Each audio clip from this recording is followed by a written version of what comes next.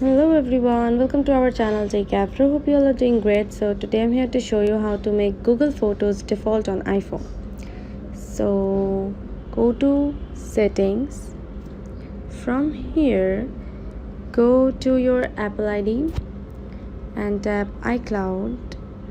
Go to Photos and turn this off.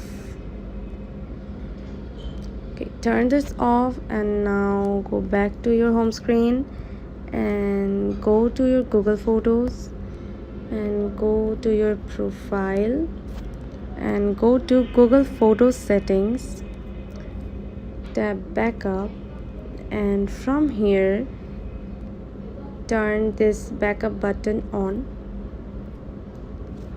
So yeah, this is how you can make Google Photos default on your iPhone. So this is how you can make Google Photos default. Thanks for watching. Hope this video helps you.